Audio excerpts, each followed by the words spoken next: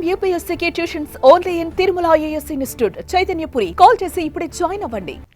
తెలుగు రాష్ట్రాల్లో betting apps వ్యవహారం hot topic గా మారింది. ఇప్పటికే బెట్టింగ్ యాప్స్ ప్రమోట్ చేసి పలువురు సెలబ్రిటీలు, సోషల్ మీడియా ఇన్ఫ్లుయెన్సర్స్ మీద కేసులు నమోదవుతున్నాయి. తాజాగా 11 మంది యూట్యూబర్ల మీద హైదరాబాద్ పంజగుట్ట పోలీసులు కేసులు పెట్టారు. ఈ నేపథ్యంలో ప్రముఖ యాంకర్, వైసీపీ నాయకురాలు శ్యామల వ్యవహారం సంచలనం కలిగిస్తోంది. గతంలో ఆమె కూడా బెట్టింగ్ యాప్స్ ప్రమోట్ చేసింది.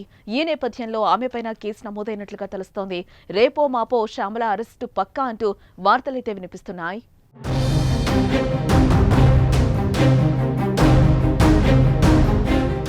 శ్యామల యాంకర్గా, వైసీపీ మహిళా నేతగా మంచి గుర్తింపు తెచ్చుకుంది. గత ఎన్నికల ముందు సోషల్ మీడియాలో సహా టీవీలో తాను కనిపించి పలువురు రాజకీయ నాయకులపై చేసిన సంచలన కామెంట్స్తో ట్రెండింగ్లో నిలిచారు. కాగా అక్కడి నుంచి యాంకర్ శ్యామల చాలా అంశాల్లో సోషల్ మీడియాలో హైలైట్గా నిలుస్తూ వస్తూ ఉండడమే కాకుండా పలు కాంట్రవర్సీలు కూడా ఎదుర్కోవాల్సి వచ్చింది. అయితే ఇటీవల యాంకర్ శ్యామల ఉన్న పార్టీ మద్దతుదారుడు, టాలీవుడ్ ప్రముఖ నటుడు పోసాని కృష్ణమురళి విషయంలో స్టాండ్ తీసుకోవడంపై పలు విమర్శలు ఆమెపై వచ్చాయి. అయితే అతని తర్వాత ఆమెని కూడా అరెస్టు చేస్తారని పలు వార్తలు వచ్చాయి. కానీ ఇప్పుడు ఈ విషయంలో కాకపోయినా మరో కీలక అంశంలో ఆమె అరెస్ట్ అయ్యే ఛాన్స్ ఉందని రూమర్స్ వినిపిస్తున్నాయి.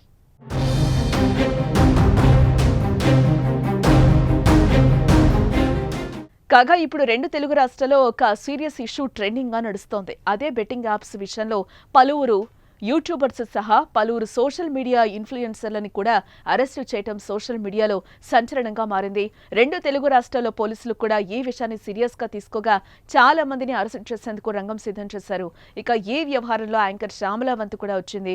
ఆమె పోస్ట్ చేసిన పలు బెట్టింగ్స్ వీడియోలు సోషల్ మీడియాలో వైరల్ అవుతూ ఉండగా సెలబ్రిటీ, యాంకర్, సినిమా ఆర్టిస్ట్, రాజకీయ పార్టీ అధికార ప్రతినిధి అయిన ఆమె బెట్టింగ్ యాప్స్ ప్రమోట్ చేస్తోందని, అమాయకులను బలి చేస్తున్న ఆమెపై కఠిన చర్యలు తీసుకోవాలని కోరుతున్నారు.